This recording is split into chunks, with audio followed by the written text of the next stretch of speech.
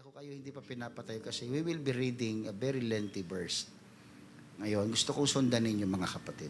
This will be coming from Joshua chapter 2, verses 1 up to verses number 21. Imagine, no? So we will be reading 21 verses because I want you to understand, gusto ko maintindihan ninyo what is my point after this scriptures reading. Joshua chapter 2 verse 1. Now Joshua, the son of Nun, sent out 2 men from Acacia Grove to spy secretly, saying, "Go and view the land, especially Jericho." So nagpadala si Joshua ng 2 spy papunta sa Jericho.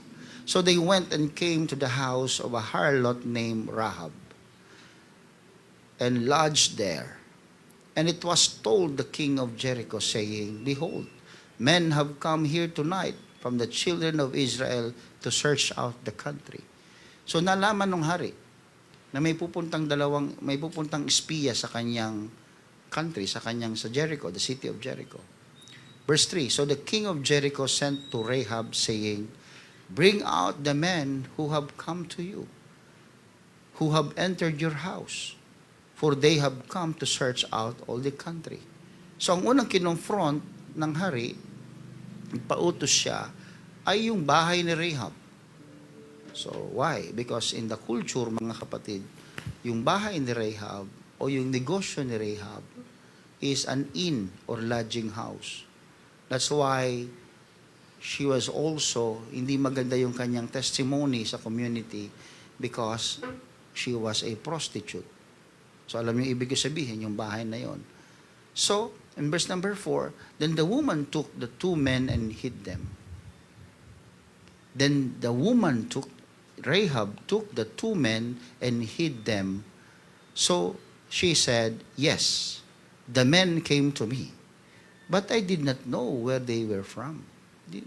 Hindi ko naman alam kung taga saan sila. Oo, pumunta sila. Verse 5, and it happened as the gate was being shut, when it was dark, that the men went out. Where the men went, I do not know. Pursue them quickly, for you may overtake them. So hindi ko sila kilala. Dumating sila dito. Pero hindi ko sila kilala. Nung isasarado na yung gate ng city of Jericho, umuwi na sila. Sige, habulin nyo, baka maabutan nyo pa, sabi niya. So verse number 6. But she had brought them up to the roof and hidden them with the stalks of flax, which she had laid in order on the roof. So, ibig sabihin, nung unang panahon kasi may mga dayaming nilalagay sa bubungan, doon, itinago niya doon. Sinuksok niya yung 2 doon para maitago. Then the men pursued them by the road to the Jordan, to the fords. And as soon as those who pursued them had gone out, they shut the gate. So, dahil magsasarado na yung gate, lumabas na yung mahabol kasi nga baka daw abutan pa nila yung 2 espiya, po sinarado ang gate. Now, before they lay down, verse 8, she came up to them on the roof. Umakyat si Rahab doon sa bubungan and said to the men, "I know that the Lord has given you the land." Tignan mo ha, naniniwala si Rahab. Sabi niya sa 2 espiya na galing kay Joshua, "I know that the Lord has given you the land, that the terror of you has fallen us." Sobrang natakot kami sa inyo, mga Israelita. Talagang dumating sa amin ang takot. "And that all the inhabitants of the land are faint-hearted because of you." Nanghihina kami dahil sa inyo. Dahil kilala namin yung Diyos nyo. Yan ang sabi ni Rahab, mga kapatid. Verse number 10, "For we have heard how the Lord dried up the water of the Red Sea for you, and when you came out of Egypt, and what you did to the 2 kings of the Amorites who were on the other side of the Jordan, Sihon and Og, whom you utterly destroyed." Nabalitaan kasi ng mga taga-city of Jericho. These are not Israelites. Nabalitaan nila kung ano ang klase ng Diyos na meron ang mga Israelita. Nabalitaan nila na tinuyo daw ng Diyos ang Red Sea para makadaan sila from Egypt going to the land of promise. Nabalitaan din nila kung paano i-destroy ng Panginoon yung dalawang Amorites king. Verse 11, and as soon as we heard these things, our hearts melted. Grabe naman yun. Parang ice cream lang na nag-melt. Di ba? Tapos parang yelo lang na nag-melt. Our hearts melted. Neither did there remain any more courage in anyone because of you. For the Lord your God, He is God in heaven and above, heaven above and on earth beneath. Sabi niya, wala nang natirang lakas sa amin. Parang wala nang natirang pag-asa sa amin. Wala nang natirang tapang, puro takot na lang sapagkat, sabi niya, ang Diyos niyo ay siyang Diyos sa langit at siyang Diyos sa lupa. Grabe yung declaration niya. Remember, sino yung nagsasalita? Isang babaeng hindi Israelita. Isang babaeng prostitute. Isang babaeng hindi maganda ang testimony sa community. In verse number 12, now therefore I beg you. Tingnan niya, sabi ni Rahab, now therefore I beg you, swear to me by the Lord, since I have shown you kindness, that you also will show kindness to my father's house, and give me a true token, and spare my father, my mother, my brothers, my sisters, and all that they have, and deliver our lives from death. Tignan niyo mga kapatid, wala naman pong balitang wala naman po siyang balita na naririnig pa, nagugunawin ng Panginoon ng Jericho. Pero nasa isipan na ni Rahab na mayroong hindi magandang mangyayari sa kanilang syudad.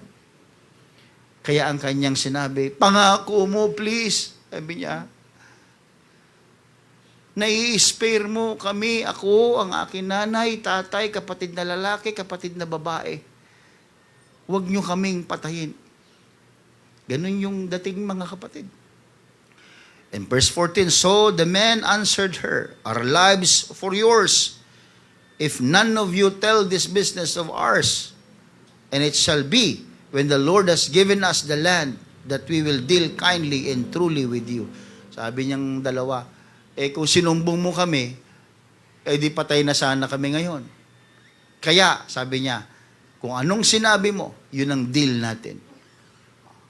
So may covenant na nangyari. Hello? May usapan na nangyari. Kapag ang isang bagay ay pinag-uusapan nyo sa ilalim ng kapangyarihan ng Panginoon, it becomes binding. Yun ay nagiging covenant, nagiging usapan between you and God. Verse number 15, then she let them down by a rope through the window. Pinadaan doon sa bintana. For her house was on the city wall. She dwelt on the wall. And she said to them, verse 16, get to the mountain, lest the pursuers meet you. Hide there 3 days, until the pursuers have returned. Afterward, you may go your way. Tingnan mo, tinuruan niya pa kung paano gagawin. Pinadaan niya sa bintana, tinuruan niya, kinoach niya pa, huwag kayo masyado mapakita, kagad 3 araw muna kayo dun sa kagubatan. Dun muna kayo, huwag kayong lalabas. After 3 days, pwede na kayong malis. So the men said to her in verse number 17, tingnan niyo mga kapatid, we will be blameless of this oath of yours, which you have made us swear. We will be blameless. Hindi namin ito kalilimutan. Itong oath na ito. Itong sinabi mo. Verse 18. Unless, when we come into the land, babalik sila you bind this line of scarlet cord in the window, through which you let us down. And unless you bring your father, your mother, your brothers, and all your father's household to your own house, to your home. So it shall be that whoever goes outside the doors of your house into the street, his blood shall be on his own head, and we will be guiltless. And whoever is with you in the house, his blood shall be on our head, if a hand is laid on him. Sabing ganon, itong scarlet na ito, itong pulang panyo, pulang ang tali, mga kapatid. Scarlet is red, di ba? Itong pulan na itong tali, itali mo ito sa bintana. At ang sino mang nasa loob ng bintanang yan, ng bahay na yan, nanay mo, tatay mo, hindi maano. Pero, kung merong lumabas dyan sa tahanan na yan, at may nangyari sa kanya, wala sa kamay namin ang paghuhukom. Wala sa kamay namin ang dugo niya. Ibig sabihin, kasalanan nila yan.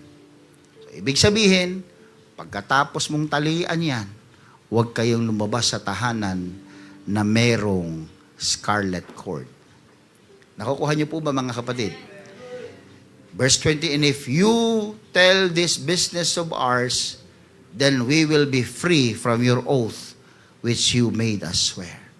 Pero, pag pinagsabi mo itong usapan natin, sabihin ganon, we will be free from oath. Ibig sabihin, huhusgahan kasi ng Diyos yun eh.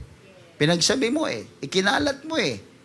Oh, ang sabi diyan, we will be free from your oath which you made us swear. Then she said, according to your words, so be it. And she sent them away, and they departed, and she bound the scarlet cord in the window. Tinali niya yung scarlet cord sa kanyang bintana. Brethren, there will be only one thing and one symbol and one sign that there is a covenant. The scarlet cord. Kaya yung scarlet cord ang naging marka na kung saan may usapan na nangyari sa pagitan ng Diyos at ng tao. Pwede bang hilingin ko lahat ay tumayo, mga kapatid? Today, I would like to preach with a word that says, markado. Yan. Sabihin mo sa katabi mo, markado.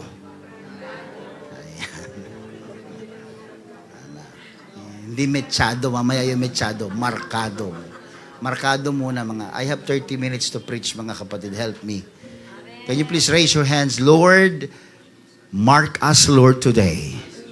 We want your mark, O Lord, in the name of Jesus.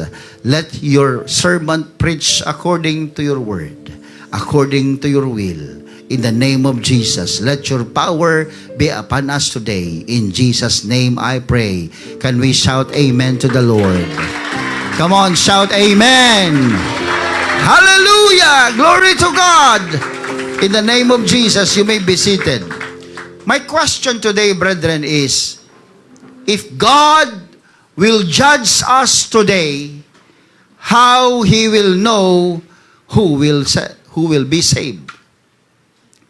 Kung ang Diyos ay huhukuman tayo sa mga sandaling ito, paano niya malalaman kung sino ang tunay na maliligtas at hindi maliligtas? Mga kapatid, ang Diyos ay omnipresent. He knows, He is everywhere. And He is omniscient, mga kapatid. He knows everything. But there must be sign or a reason not to be included in the judgment. Kung ang judgment ay darating, ang Diyos lang ang nakakaalam kung sino ang huhukuman o kasali sa paghuhukom at maliligtas mula sa pagkakahukom.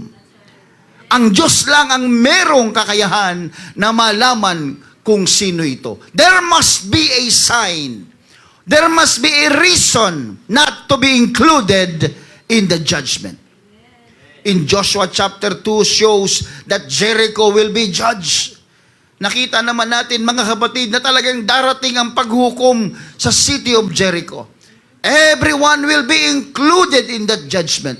No one will be exempted. No partial destruction will happen, but a total destruction.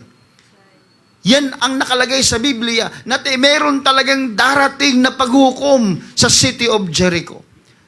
At ang city of Jericho, mga kapatid, nag-collapse. Gumuho, mga kapatid. But there is one house that was not touched.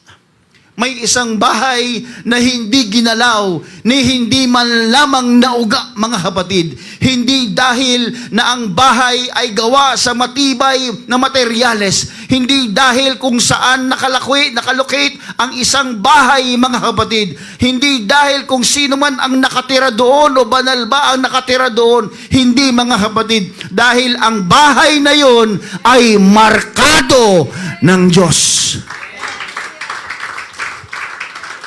Alam niyo, mga kapatid, being marked is significant. Sa Biblia po, mga kapatid, maraming maraming pangyayari na kung saan ang Diyos ay nagmarka. Cain was marked by God.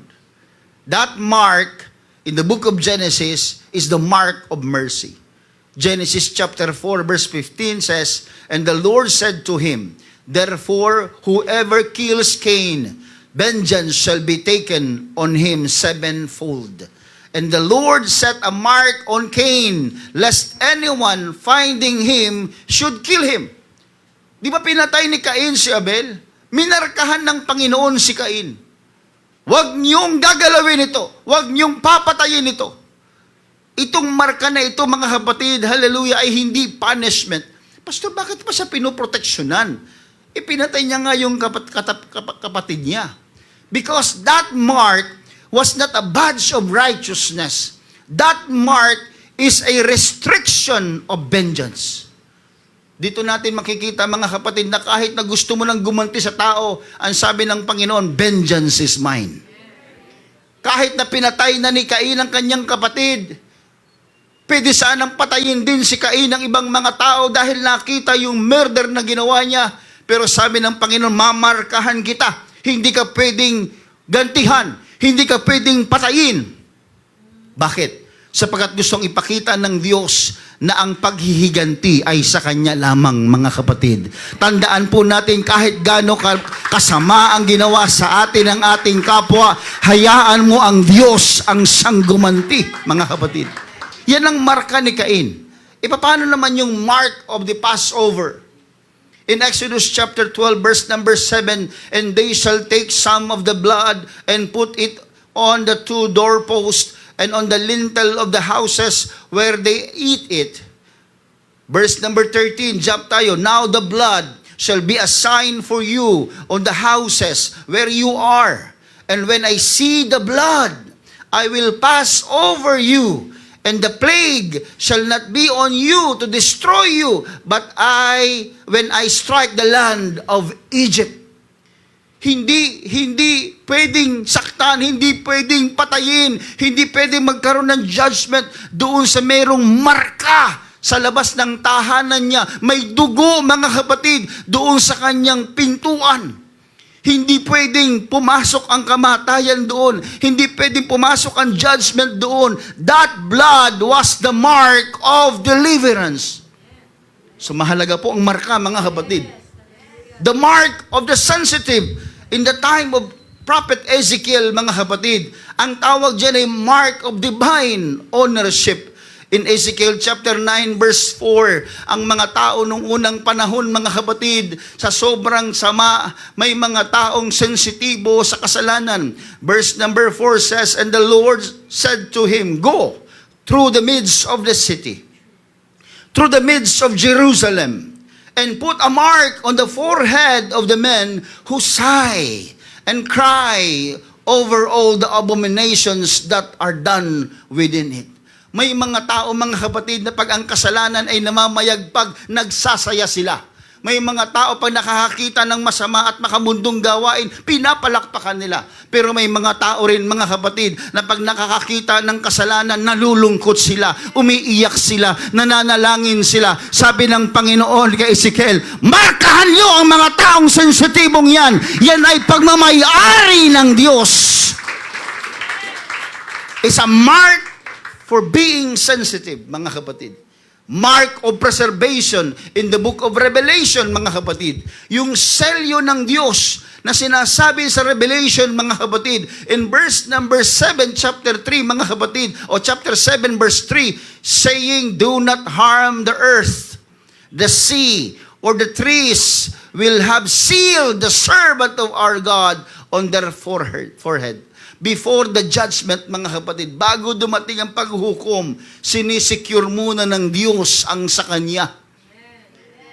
Mamarkahan ng Diyos. Bago dumating ang paghuhukom, mamarkahan muna ng Diyos kung sino ang Kanya, mga kapatid. That's why, ang panglima, yung mark of the beast. In Revelation chapter 13, verse 16 to 17, He causes all, both small and great, rich and poor, free and slave, to receive a mark on their right hand or on their forehead, and that no one may buy or sell except one who has the mark of the name of the beast or the number of his name. And that is 666. Ano naman yung marka na yan, pastor? Yan yung marka na kung saan it's not about salvation. Kung ang Diyos ay may marka ng kaligtasan, si Satanas ay meron namang marka, mga kapatid, ng pagkukontrol. Bakit? Bakit Diyos lang ba daw ang merong allegiance, kakampi? Meron ding kakampi, ang beast o ang Satanas. Kaya minamarkahan niya, mga kapatid. Kaya darating ang panahon na merong mark of the beast na ibibigay sa mga tao. Yan ay para kontrolin sila. Para sila ay kontrolin. Sapagkat ang Diyos, mga kapatid, pag nagbigay ng marka, hindi ito para kontrolin, mga kapatid, ang kalayaan. Bagkus, binibigyan ka ng kalayaan, tunay na kalayaan ng Diyos kapag ang marka ay galing sa Kanya. Kalayaan mula sa kasalanan, kalayaan mula sa pagkakabihag ng kasalanan, kalayaan mula sa karamdaman, kalayaan sa lahat ng bagay. Ang Diyos ay Diyos ng kalayaan. Mark of the covenant. Ito na po yun, kay Rahab. Yung pula na tali, mga kapatid, na nasa bintana, mga kapatid. Imagine, everyone is judged except Rahab's house. Lahat gumuho, lahat nagiba. Pero yung bahay ni Rahab, hindi man lang hinawakan ng lindol, hindi man lamang nagiba. Ang kanyang testimony sa kanyang community ay hindi maganda. Pero meron siyang covenant, mga kapatid, sa Panginoon. Kaya kahit po, mga kapatid, na ang iba, mapapansin nyo, nagigiba na sila sa mga problemang kanilang dinadaanan. Pero ang taong markado ng Diyos, mga kapatid, kahit anong gawing unos, kahit anong bagyong dumating sa kanyang buhay, nananatili siyang nakatayo, nananatili siyang matibay, nananatili siyang nagpapatuloy sa kabanalan, nagpapatuloy sa katapatan, sapagkat ang taong yan ay markado ng Diyos.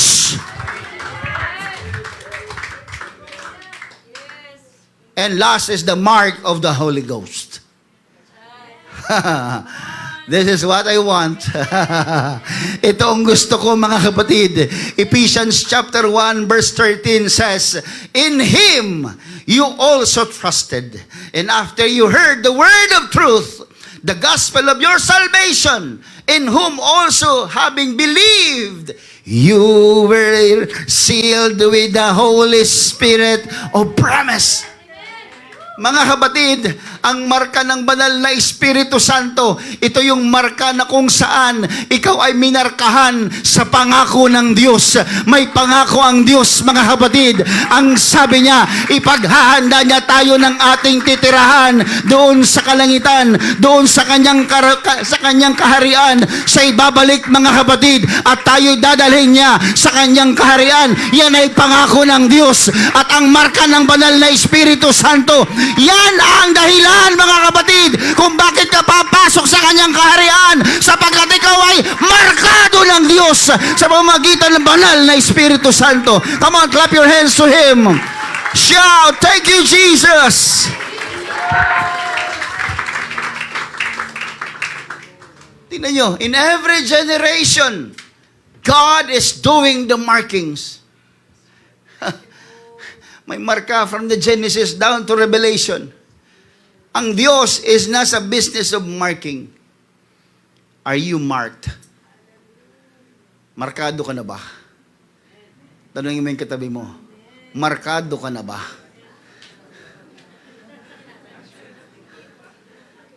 May tatak ka na ba? Minarkahan ka na ba? Joshua chapter 2 verse 1 says, Now Joshua the son of Nun sent out 2 men from Acacia group to spy secretly, saying, "Go, view the land, especially Jericho." Ang Diyos ay nagpapadala ng espiya. Mga kapatid, may tanong ako. Sa tingin niyo, bakit? Bakit po magpapadala ang Diyos ng espiya sa city of Jericho kung nakahanda naman pala ito para wasakin niya?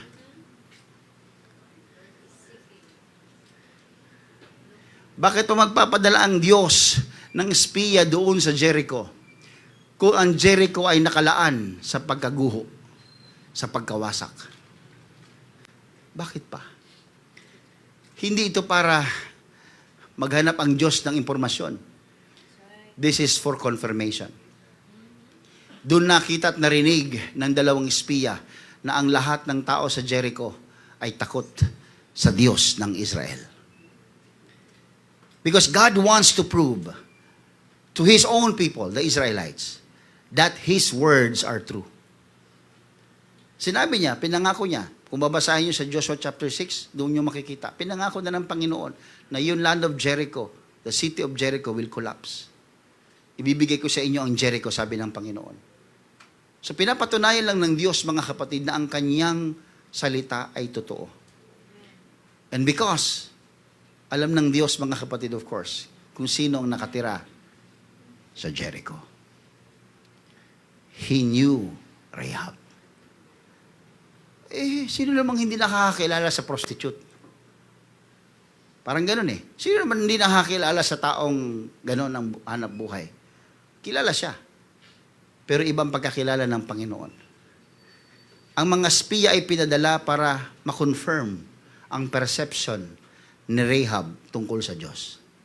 Pinadala ng Panginoon ang espiya doon para ma-establish ang covenant kay Rahab. Kaya alam niyo, mga kapatid, bago pa dumating, mga kapatid, yung mga sakunang yan, mayroon ng kinukumpirma ang Diyos. Nagpapadala ang Diyos. Bago dumating ang paghuhukom, tatandaan niyo palagi, mga kapatid, bago dumating ang paghuhukom, bago dumating si Kristo, may mga ipinapadala na ang espiya ang Diyos. Para ano? To confirm your belief. Hindi niyo ba alam, mga kapatid, na every Sunday sermon is a spy looking and confirming your belief. Your belief. Kino-confirm ng Diyos ang belief mo. Hindi nagkataon na when Jillian is praying doon sa youth camp na may yumakap sa kanya, he is at the time of praying to the Lord. He is determined and serious with his relationship sa kanyang Diyos. And God confirms it. Hindi man yun alam kung sino yumakap sa'yo. Baka si Leonard din yun o sino bang... Sino man siya. Diyos ang nag-utos nun. Ako nga, nakikita ko, nakatingin ako sa inyo.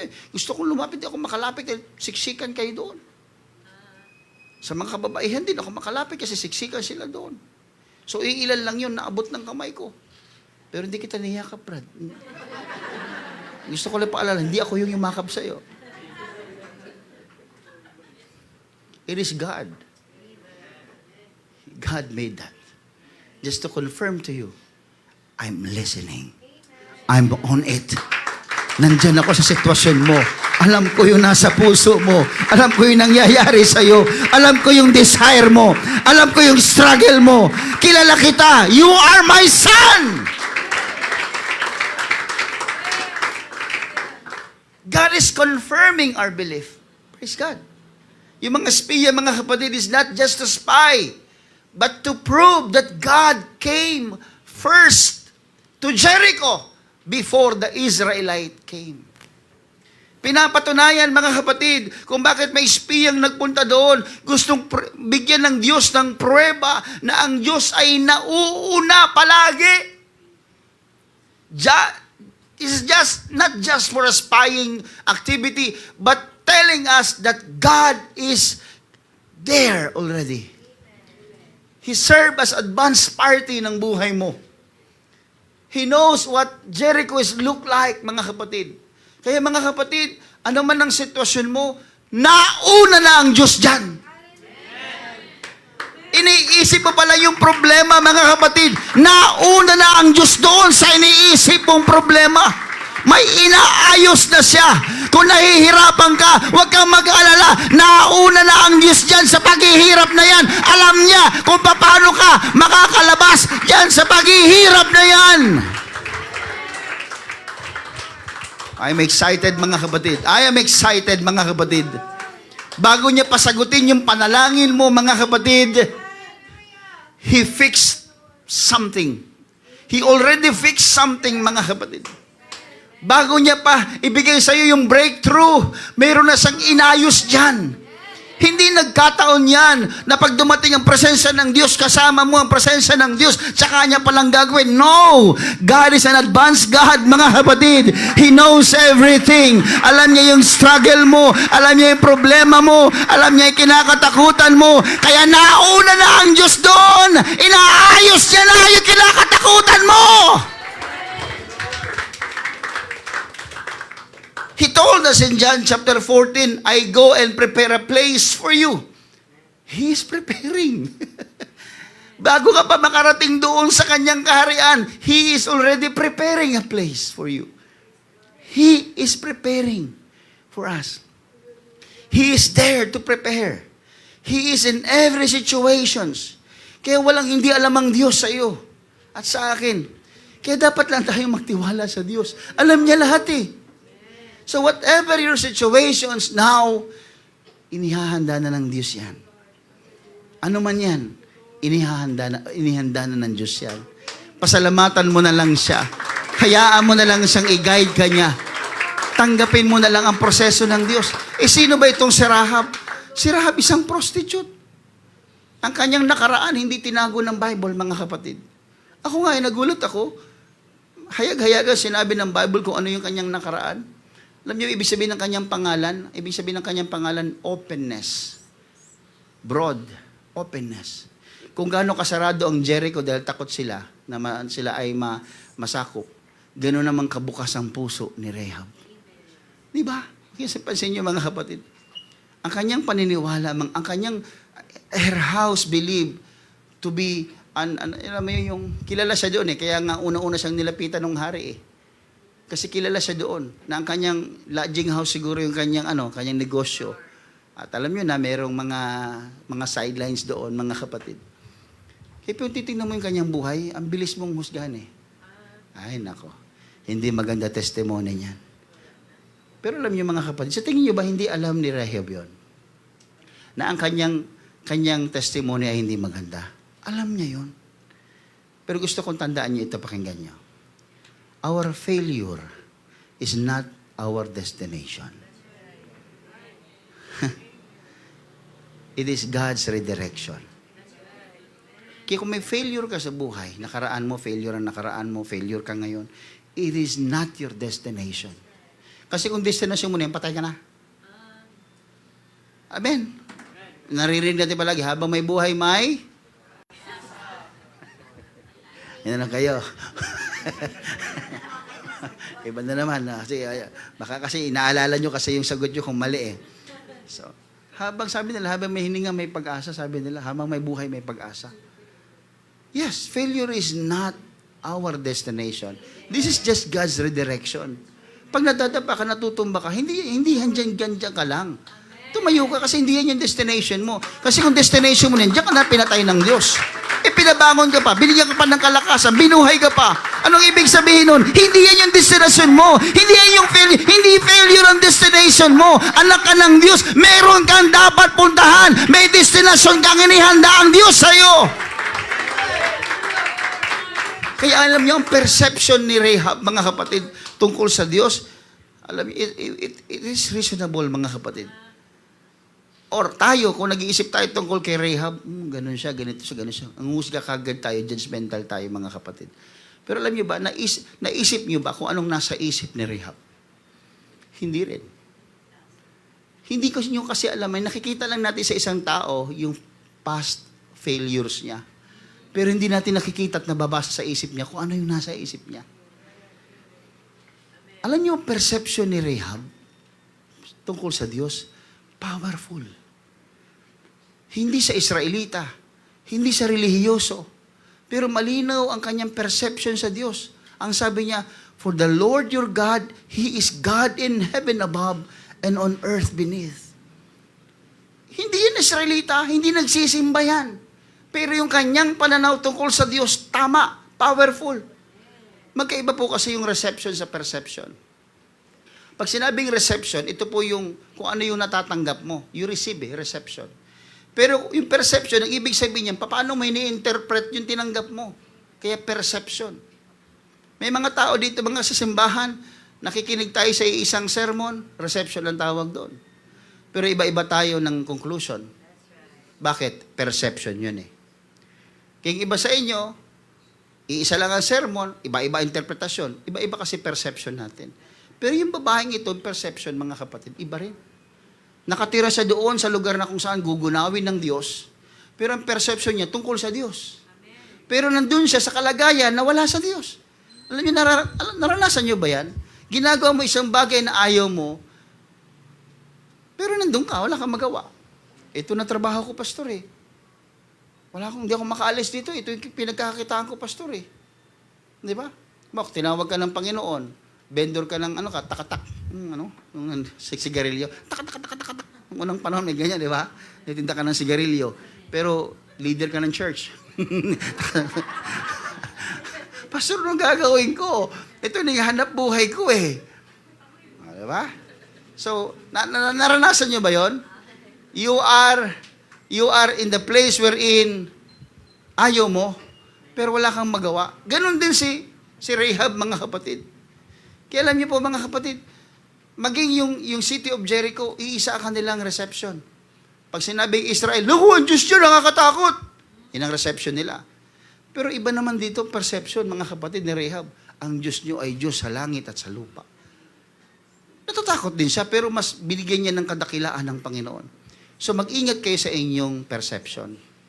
Ang city of Jericho, mga kapatid, hinanda nila ang kanilang pader, pinakapal nila, kasi takot sila. Pero si Rahab, hindi niya pinakapal yung pintuan, yung kandado ng kanyang pintuan, hindi niya pinatibay yung kanyang pundasyon. Alam mong ginawa ni Rahab, mga kapatid, sumuko siya. Dahil alam niya, walang mananalo sa Diyos na makapangyarihan.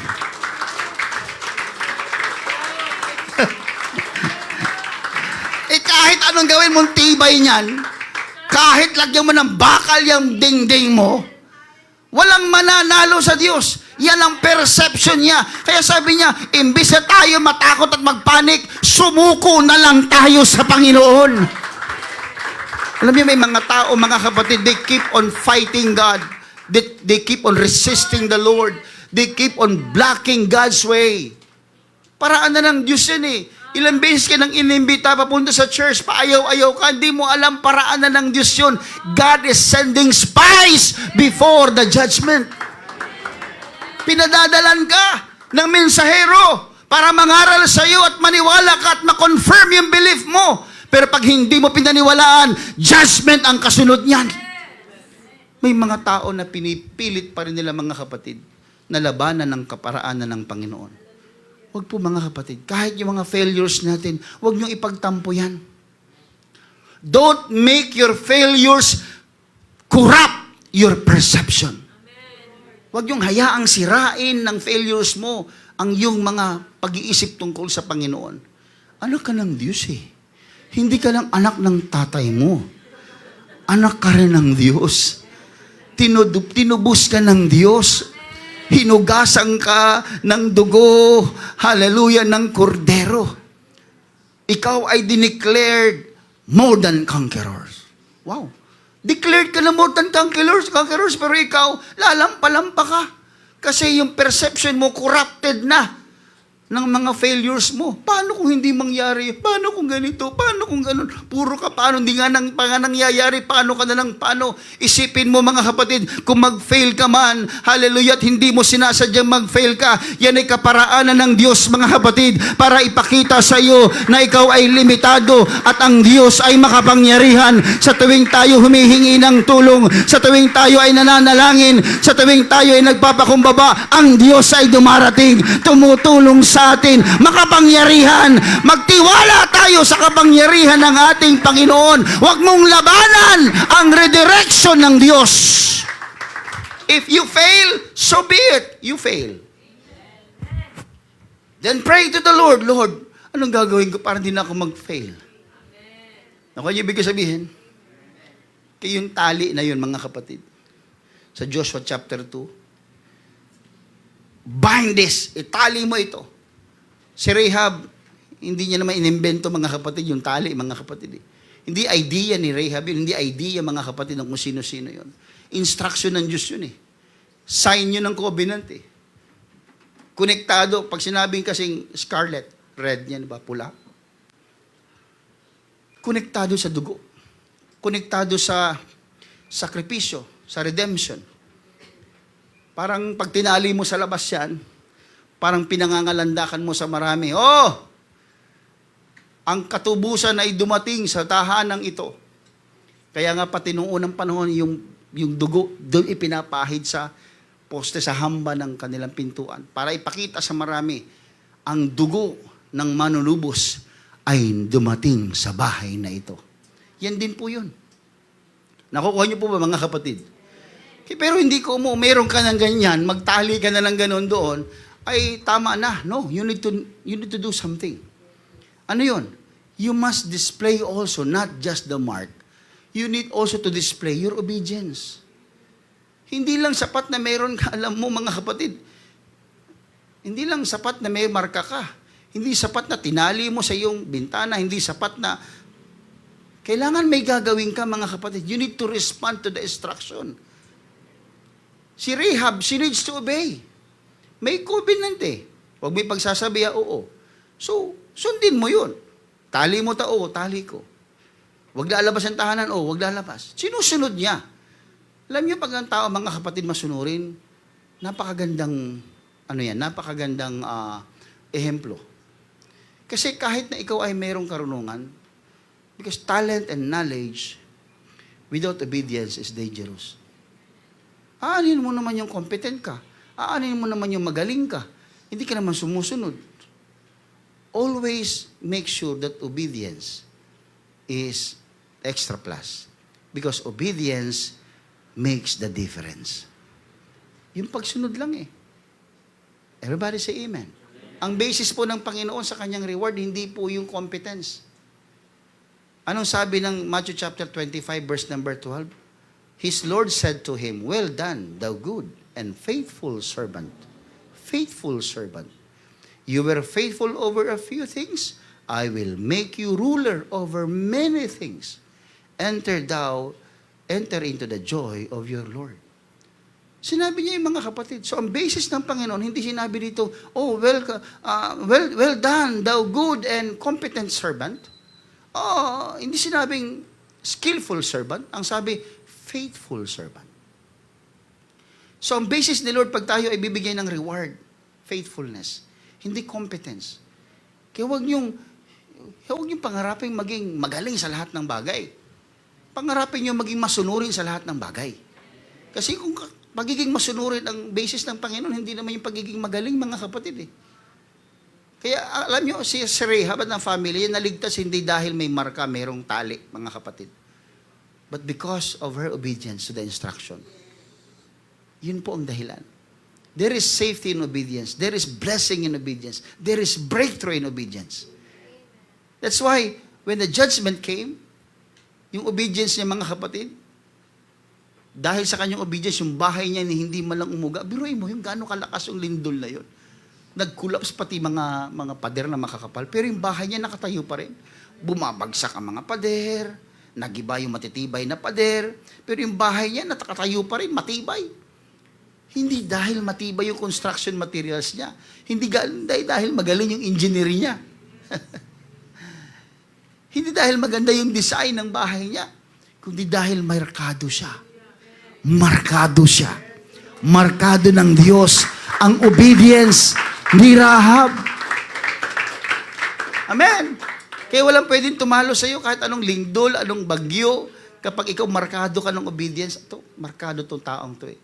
At tinan niyo mga kapatid, bakit gano'n na lamang ka-competent, parang confident si Lord? Nung panahon na si Job ay sinusubok ng demonyo. Hindi niyo ba naisip yon? Alam kong alam niyo na alam ng Diyos ang lahat.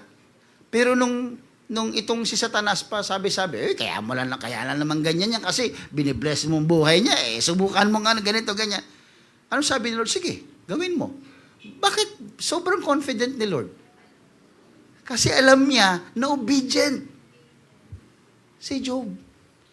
Markado niya si Job na kahit anong mangyari, susunod yan. Pero sino ba namang hindi matulala? Kaya di ba may panahon na hindi nagsasalita si Job? Sino ba hindi matulala? Nawalan ka ng anak, nawalan ka ng tahanan, negosyo, may karamdaman ka. Tapos believer ka ng Diyos. Tapos walang dumarating na kagalingan, walang dumarating na ayuda sa'yo.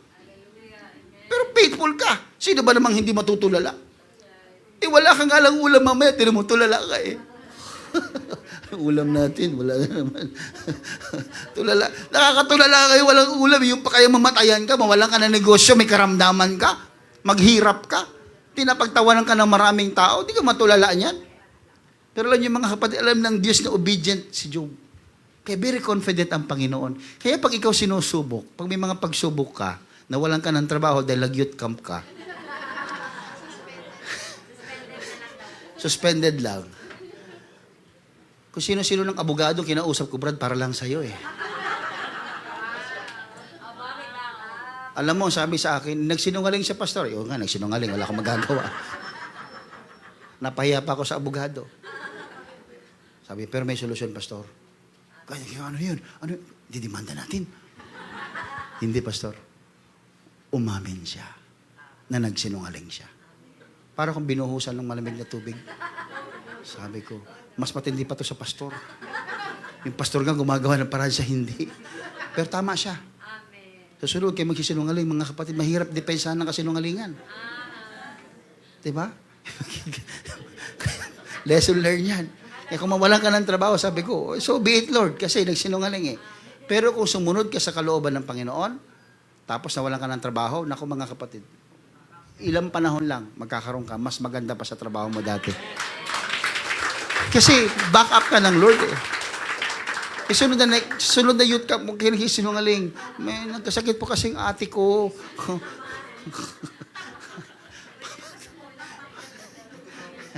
Wag sobra. Alam kong gusto niyong sumama, pero wag naman to the point na nagsinungaling na kayo. Wag pong ganon. Kasi gawain lang Diyos yung pupuntahan natin eh. Pero I command the braveness of Brother Leonard. Matapang siya. Yan ang tunay na lalaki, matapang. Amen. Kaya ngayon, dahil ginawa mo, kailangan mo ng marka. Kasi mo nagdidelikado yung marka mo eh. Kailangan mo ng totoong marka ng Diyos, mga kapatid. We need the mark. Kailangan natin ng marka. Hindi lang yung, bibili ako pastor ng kulay pula, itatali ko sa leeg ko. Ano ka? Aso? May dog tag? Hindi. Because the cord was needed not to be seen outside. Or the cord was meant to be seen outside. What we need is the mark within. Sa loob. The Holy Ghost is the mark within. The Holy Ghost is the mark, mga kapatid. Binasa natin kanina, Ephesians 1:13, you were sealed with the Holy Spirit of promise. Ephesians 4 verse 30, you were sealed for the day of redemption. Wow! Alam niyo ba yung ibig sabihin ng selyo? Sealed means ownership. Sealed means authenticated. Sealed means secured.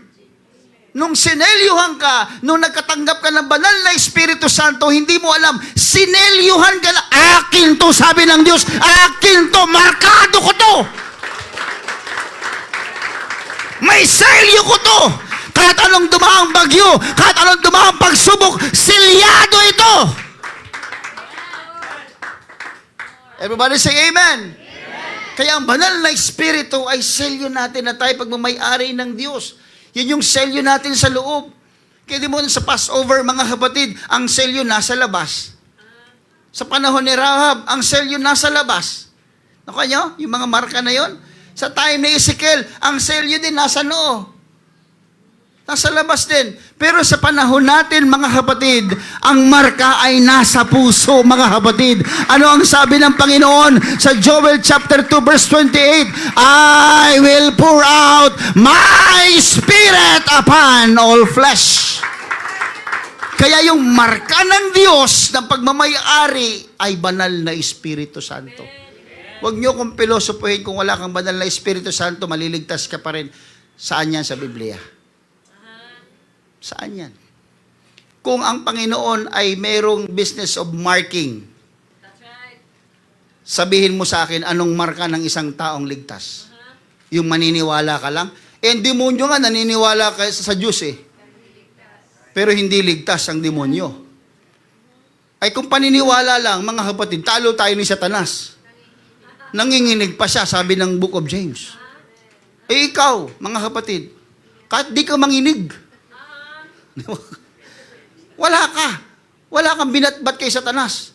Mas naniniwala sa sayo kaysa sa sarili, naniniwala sa kay Jesus. Ikaw, hanggang dito lang sa lupa yan eh. Pero anong marka natin na may pagmamayabang natin sa demonyo, mga kapatid? Marka ng banal na Espiritu Santo. Mismo ang Panginoon nagsabi, selyado ka. Yan yung marka natin sa loob. Kaya kung gusto mo na maligtas, hindi religion. Hindi yung talent, hindi yung competence, mga kapatid. Ano? Espiritu Santo. Markado ka ng Espiritu Santo. Everybody say amen. Hindi lang yung simbolo, mga kapatid. Experience yan. Walang pinagkaiba yan, mga kapatid, na bumili ka ng appliances. Gandang-ganda ka sa appliances. Ang ganda naman itong washing machine na ito. Hindi ko pa inuutosang maglaba, naglalaba na. Kusang kinukuha, kusang hinuhubaran ako. Suot mo pa, hinuhubaran ka na para labahan niya. Matinding appliances. Pero pag hindi mo sinaksak sa kuryente, walang gagalaw. Nakaya? Kahit anong ganda mo, kahit anong aga mo sa simbahan, kahit anong laki ng abuloy mo, kahit anong laki ng tithes and offering mo, sasabihin ko sa iyo, mga kapatid, hanggat hindi ka markado ng banal na Espiritu Santo, hindi ka papasok sa kaharian ng Diyos. Amen. Experience ang banal na Espiritu Santo, hindi ito simbolo. Experience ito. Kaya kahit anong gawin kong kwento sa inyo, turo sa inyo, hanggat di nyo nararanasan ito, wala itong epekto. Pero sa mga taong nakaranas na, tuwing binabanggit ang markang ito, mga kapatid, excited sila. Alam nyo kung bakit? Na-experience nila eh. Walang pwedeng tumalo sa testimony mo. Walang pwedeng magpasinungaling. Hallelujah sa experiences mo, mga kapatid. Nung ikaw ay napupuspos ng banal na Espiritu Santo at nagsasalita ka ng iba't ibang wika, walang pwedeng magsabi na nagsisinungaling ka, sapagkat yan mismo ay naranasan mong personal. Markado ka ng Diyos. Amen. Wow. Pag markado tayo, mga kapatid, wow. Visible na visible. Nawawasak ang iba. Pero ikaw, hindi oh. Ang tao may Holy Ghost, wasak na yung iba, siya buo pa rin. Nag-i-struggle na, gumagapang na sa hirap, ikaw. Pasimple-simple pa. Nakakapag-praise the Lord. Pero mahirap yan. May problema din yan. Huwag mo sabing, hindi nararamdaman sa loob yung uga. Abay, umuuga pa rin. Lumilintol yung buong lugar eh. Pero yung pader na dalawang karwahe ang kapal, bumagsak, hindi mo maramdaman yan, nasa loob ka. Ramdam nila, pero hindi sila nagigiba. Pag si Kristo ang iyong sandigan, hindi magigiba. Amen! Kapag si Kristo ang sandigan at ikaw ay markado, hindi ka magigiba! Hindi ka magigiba! Kasi markado ka! Markado ka!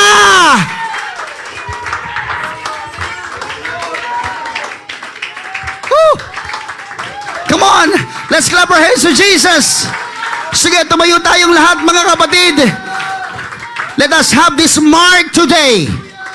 Because in 1 John chapter 4 verse 4, greater is He that is in you, within, yung marka, than He that is in the world.